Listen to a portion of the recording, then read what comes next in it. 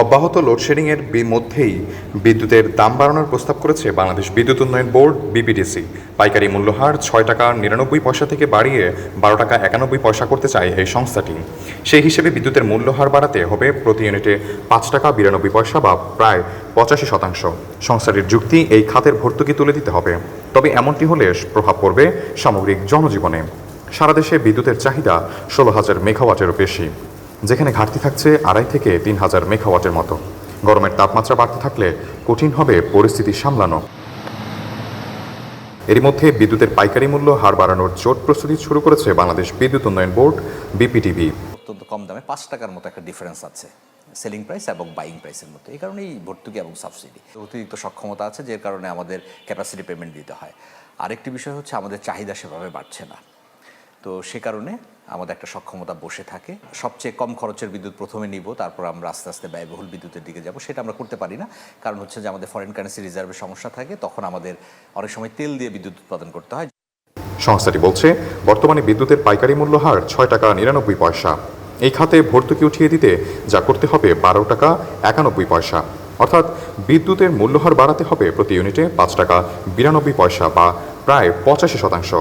বলা হয়, তুলে নিতে হবে পল্লী বিদ্যুতের শহরাঞ্চলের গ্রাহকদের ভর্তুকি। ভিন্ন ট্যারিফ বসাতে হবে পল্লী বিদ্যুতের গ্রাহকদের জন্য। বিপিটিভি বলছে, প্রতি ৬ মাস পর পর জ্বালানি খরচের ভিত্তিতে দামের সমন্বয় রয়েছে। সঞ্চালন চার্জ বৃদ্ধির প্রস্তাবও। একদিক দিয়ে ট্রান্সমিশন এন্ড ডিস্ট্রিবিউশন লস এখন ১৫ থেকে ২০%। আন্তর্জাতিক ভাবে যত দেশগুলোতে আছে এটা ৮% থেকে ১০% বেশি হওয়ার কোনো কারণ নেই, মানে বাকিটা চুরি। তার মানে ভর্তুকি যা নিচ্ছে আমি তেল, সেটা কি আসলেই উৎপাদনে যাচ্ছে নাকি অন্য কোথাও জায়গায় ব্যবহার হচ্ছে, বা এটা কি আসলেই মিসইউজ হচ্ছে কিনা ভর্তুকি, সেটাও কিন্তু দেখার বিষয়। নতুন সক্ষমতা যে আসছে সেটাকেও ভেবে চিন্তে আনতে হবে, বিশেষ করে ফসিল ফুয়েল বেস এবং বেজ লোড ক্যাপাসিটি এগুলোকে। এবং নিউক্লিয়ার চলে আসছে, তার মানে একটা যথেষ্ট সক্ষমতা তৈরি হয়ে গেছে, যেটা ইভেন ২০৩০-এর পরেও আমাদেরকে সার্ভ করতে পারবে পারপাস। তো সেক্ষেত্রে ফিউচারের যে ফসিল ফুয়েল বেস প্ল্যানগুলো আমরা নিব, সেটা অত্যন্ত কেয়ারফুলি ডিসাইড করতে হবে। এরপরই বিআরসিতে গ্রাহক পর্যায়ে দাম বাড়ানোর প্রস্তাবনা দিয়েছে বিতরণকারী অন্যান্য সংস্থা। আসছে জুন থেকে যা কার্যকরের দাবিও তাদের। বিপিডিপির প্রস্তাবের প্রেক্ষিতে ২০ ও ২১ মে অনুষ্ঠিত হবে গণশুনানি। সবশেষ ২০২৪ সালের ২৯ ফেব্রুয়ারি নির্বাহী আদেশে পাইকারি বিদ্যুতের গড় দর ৬ টাকা ৭০ পয়সা থেকে ৫% বাড়িয়ে ৭ টাকা ৪ পয়সা করা হয়।